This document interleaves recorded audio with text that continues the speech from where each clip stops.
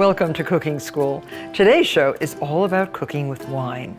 Wine is used in kitchens around the world to add depth of flavor and impart an enticing aroma to whatever is being prepared.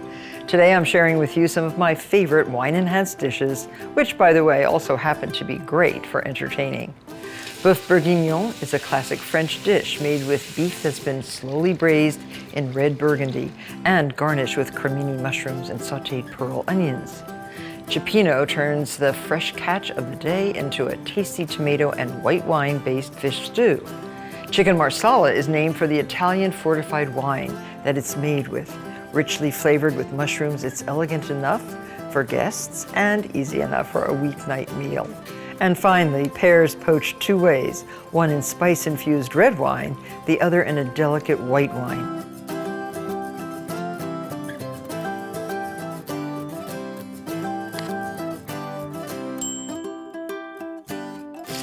When cooking with wine, a good rule of thumb is to stick with wine that comes from the same region as the recipe.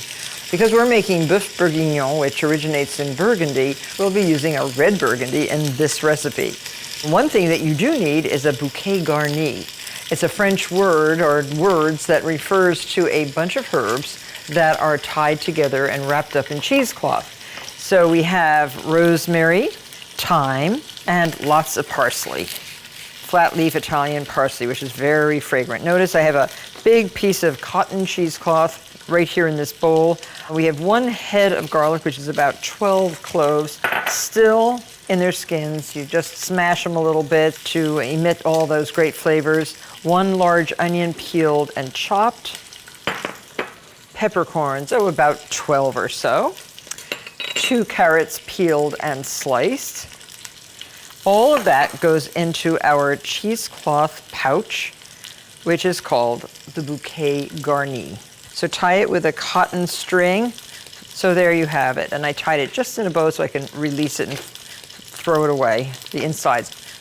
We have in this pot, in a heavy-bottomed enamel cast iron, some salt pork, browning, and then 2 tablespoons of olive oil. You can remove that with a slotted spoon and layer by layer brown the beef. And right here we have 3 pounds of chuck, generously salt and pepper, cut into about 1.5-inch cubes. Don't put too much meat in at one time because you really want to sear it. Why chuck for Boeuf bourguignon? Well, chuck won't dry out as quick as a leaner cut, and it also becomes selectively tender through the process of braising, which is browning the meat and then simmering it in liquid. So turn over all those pieces of beef, and I think, it's browning beautifully. Don't rush this process. This is an important part. By avoiding overcrowding in the pan and leaving ample room between the pieces of beef, the meat will brown nicely, not steam. So the meat looks really great, and I'm going to just add all the brown meat back into the pot, and we will proceed with the rest of the recipe. Now add 3 tablespoons of flour. Just sprinkle it over the meat. This is going to add a thickness to the gravy. Stir it around and really cook that flour without burning it. The bottom of the pan is really, really brown. All those brown bits will lift up when you add your liquid. And this is 3 cups of a rich beef stock. If you have homemade, better. But you can find some good prepared beef stocks now in the market. Add 1 bottle of Burgundy wine. A 750 milliliter bottle of wine is about 25 ounces of wine. And last, place this whole bouquet garni right in the pot, submerging as much of it as possible in the liquid. And you can season with some salt and pepper, just a good sprinkling of each. Cover and put this whole thing right in a 300-degree oven for about 2.5 hours. So now, in 1 tablespoon of olive oil and 1 tablespoon of melted butter, brown 1 pound of pearl onions, slightly, with salt, a nice pinch of salt, and 1 tablespoon of sugar. This will caramelize everything. Pearl onions get their size from being planted too tightly together and picked early. So now add 1/2 cup of water, and the onions will tenderize very quickly. And have at the ready 10 ounces of cremini mushrooms. And these are going to go right into the same pan with the onions. Now, while the onions are softening, we can remove the, ooh, wow. It is so beautifully cooked. And the bouquet garni, put right into a strainer and we'll squeeze out all the goodness. With a spoon, you can really press the juices out of this cheesecloth sack. So you see all this delicious gravy, all of that goes right back into the boeuf bourguignon. So most of the liquid has evaporated, the onions are definitely tender, and add your cremini mushrooms. So this can cook for about 4 to 5 minutes. Now to completely defat your boeuf bourguignon, if you're worried about fat, you can let the stew cool, then put it into the refrigerator and then scrape off whatever bit of fat is on the top. But I'm going to just finish the stew as is. Well, I think the mushroom caps and the onions are just about ready to add to the boeuf bourguignon. Just put that right in, and now ready to serve. Stews often taste better a day or 2 after preparation, the flavors really melding. But I think we can have some of this right now. So pretty. Sprinkle with a little bit of chopped parsley. Just what you want on a cool winter's night. Enjoy.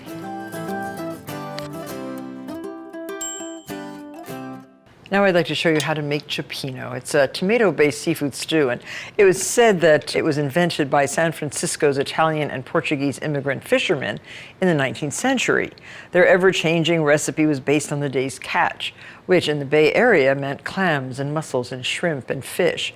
While you may not be the one doing the fishing, you could use whatever seafood looks freshest at your fish market.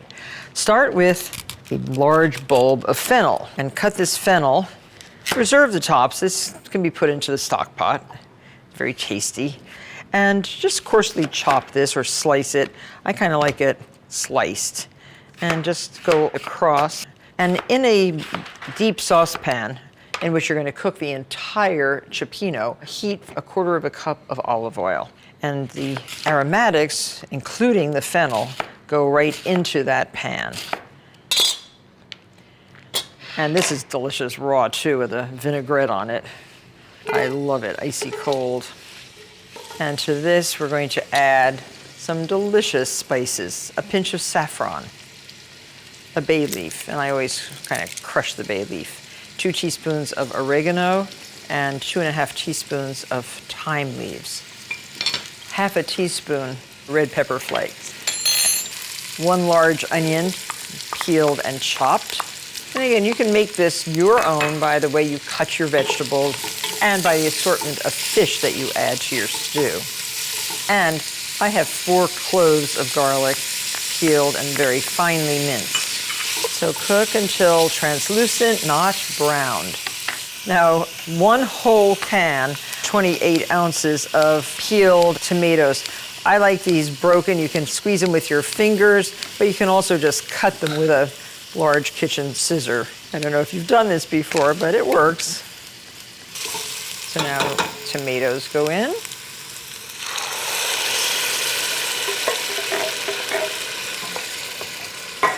Add clam juice. It's 1 cup, 8 ounces. That smells good. 1 1/4 cups of water and an equal amount of white wine. Good enough wine that you can just chill it and drink it with your cioppino. Don't be using an expensive wine. And it doesn't have to be expensive. There are so many great wines available. Now we have 1 pound of cockles and 1 pound of mussels. Now we have shrimp and beautiful fish fillets. You can use bass, you could use any good firm fish like a halibut, a cod. Okay, so now this is coming to a simmer. Add your cockles, add those to your pot, and then the mussels. Cover the pot as soon as you add the shellfish, and in about a minute or two, the shellfish should be springing open. In the meantime, get your little garnish ready. This is a delicious garnish of capers, 2 tablespoons of capers. It's almost like a little relish. A half a cup of parsley leaves, and use the flat leaf Italian parsley, and some orange zest. And just cut this into smaller pieces. It'll chop up finer in the little food processor. And this is just a tasty garnish.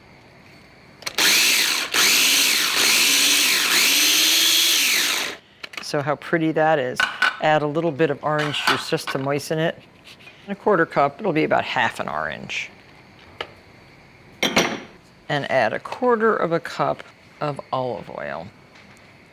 This is like a savory relish, pesto-like addition to your Cioppino. Yes, very nice. I think our shellfish should be open. Oh, it is. Totally open. Now, add your shrimp. Reduce the heat a little bit if it's cooking too fast. And your big chunks of white fish.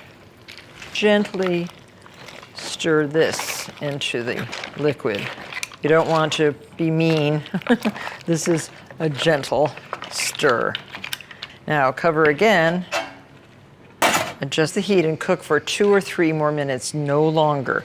Fish does not take long to cook. Well, the Cioppino certainly looks really good and smells even better. Use a nice shallow soup plate like this and ladle the hot stew right into the bowl.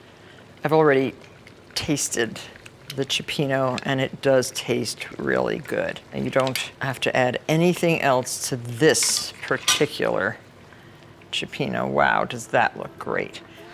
A little bit of this lovely garnish right on top. And there you have Cioppino with your crusty slice of bread to sop up all that broth. Enjoy.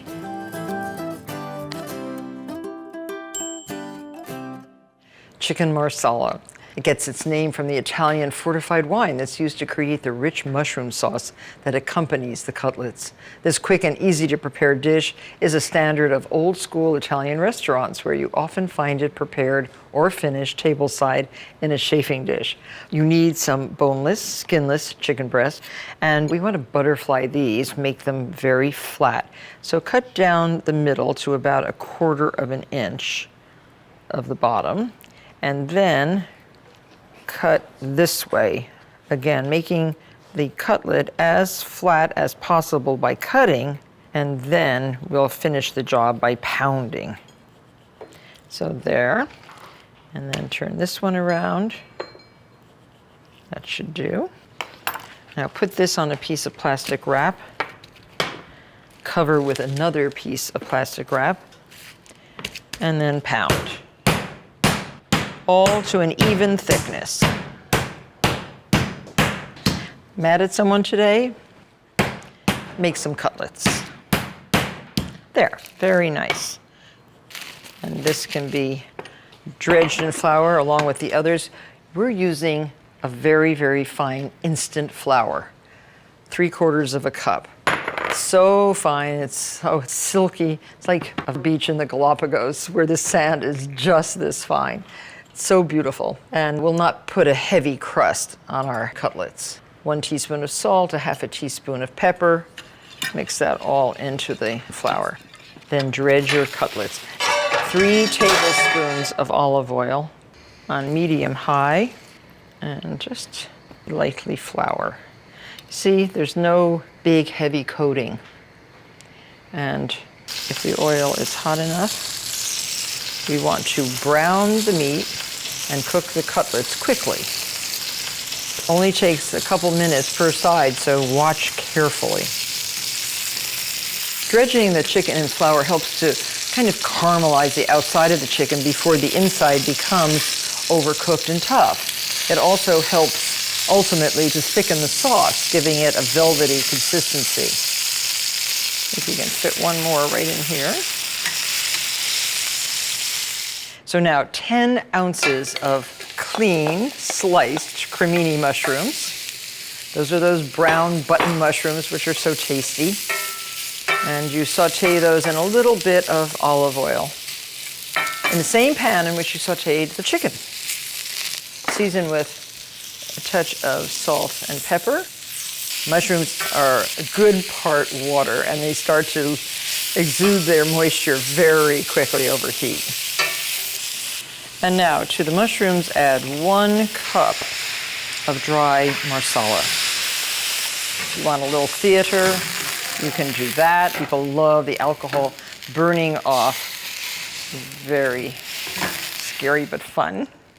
Add 1 clove of garlic, very, very, very finely minced. And 2 tablespoons of parsley, very, very finely chopped. And the juice of 2 lemons.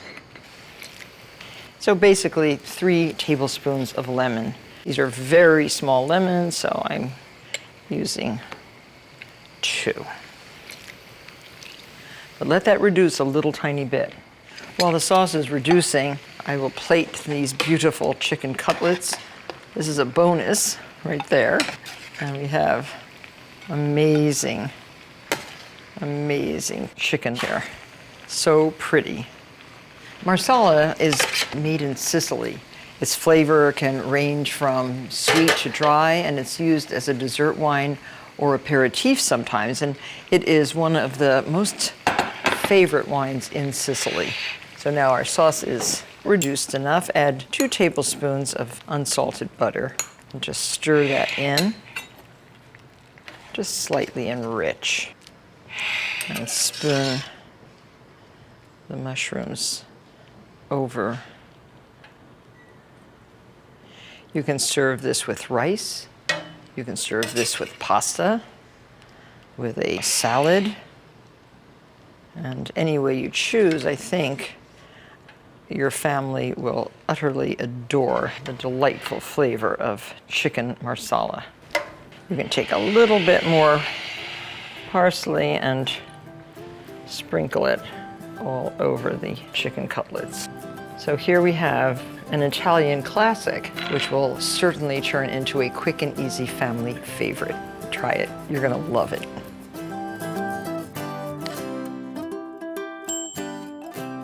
Poaching pears in wine not only maximizes the pear's natural sweetness, it also gives you the opportunity to customize the poaching liquid to suit your taste. Experiment by adding spices, fresh ginger, or vanilla beans, and deciding whether you prefer red or white wine. If you are just starting out with pears, use the Bosc. Bosc pears have a very distinctive, elegant, long shape, and they are the best pears for poaching. Peel the Bosc from top to bottom. For this red wine poaching, I'm just going to do the whole pear. And see how beautifully clean it is, no blemishes. And you can cut off a little bit of the bottom so that the pears will stand when you're poaching them. Now, 1 whole bottle of a good red wine. I'm using a Merlot, but you can use a Cabernet, you could use a Bordeaux, whatever you have that's good, but not too expensive. 1 star anise for flavor, 1 juniper berry, and 2 cloves. So we're making it a little bit spicy, but not overpoweringly spicy. 1/3 cup of creme de cassis. And that is a very, very dense liqueur made out of black currants. I love the taste of black currants, and it just adds a depth of flavor to this poaching liquid. And 1/4 cup of sugar. And the zest, which is really the peel of a whole orange. You can use the vegetable peeler for this, and you can get it off in strips. I love doing this because I love the smell on my hands of the fragrant orange. So there's your pears already. This must simmer for about 5 minutes just to get all those flavors together. So let that simmer, and I'll show you how to prepare the pears in a white wine. Let's start with the Riesling. This is a white wine, a dry white wine, and use a half a bottle. This can be left over from dinner last night if you like. 6 tablespoons of light brown sugar. Now these pears have been nicely peeled, and you can see that the core has been taken out. And half of a vanilla bean, scrape out the seeds and put that into your liquid. And water to cover. So cover with a piece of parchment. This is a cartouche, it's called. It's a round piece of parchment that covers the surface to reduce evaporation and to prevent skin from forming and to allow the components to stay submerged. So the pears poaching in white wine will take somewhere between 15 and 20 minutes. And now this is coming to a simmer, and I'm going to add the red wine poached pears and reduce the heat. These take on a deep, deep red color, and these will take about 20 to 30 minutes. So now this gets covered also. Keep them simmering for 20 to 30 minutes. So these are already poached, and they smell so good. And I don't know which ones I like better, the red wine poached or the white wine, but very carefully remove them from the liquid. Now that is a beautiful pear. And place them in a bowl. These are going to chill overnight in the refrigerator. And now reduce the liquid to about half. It'll form a nice thick syrup. And here's our white poached pears. You see, these are wonderful pears for poaching because they really do hold up nicely. A pear like this can be encased in a puff pastry and baked. It can be served with ice cream or creme chantilly or whipped cream. So reduce the liquid to half. Pour over the pears and cover with another cartouche and chill until tomorrow. So these pears have been chilled overnight. Lift the pears carefully and place on a serving platter in individual dessert dishes. You can see a little bit of the vanilla bean seeds on these pears. And the red pears are so different from the white pears. The color is just so deep, and the pears really do absorb the red wine. And now just take a spoon and create a nice moat of the red wine syrup.